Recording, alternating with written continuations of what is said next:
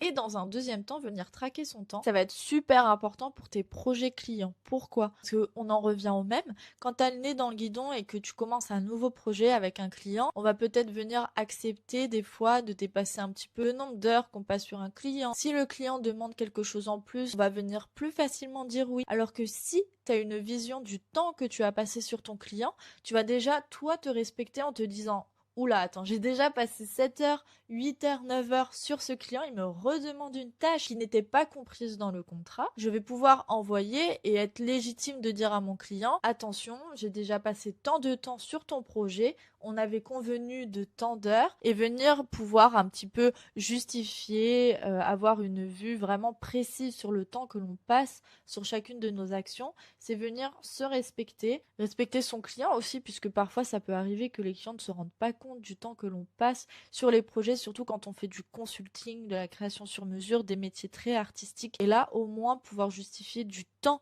passé sur les projets qui peuvent prendre énormément de temps, ne te sous-estime pas, ça peut être très gratifiant. Et surtout, si tu ne mesures pas le temps que tu passes sur certaines actions, tu ne te rendras pas compte des tâches que tu dois automatiser. Car oui, dans tes process, il y a forcément une ou deux actions que tu peux automatiser, processiser et qui pourraient très bien te faire gagner 1 à 2 heures par semaine. Mais si tu ne mesures pas ton temps, tu ne peux pas t'en rendre compte.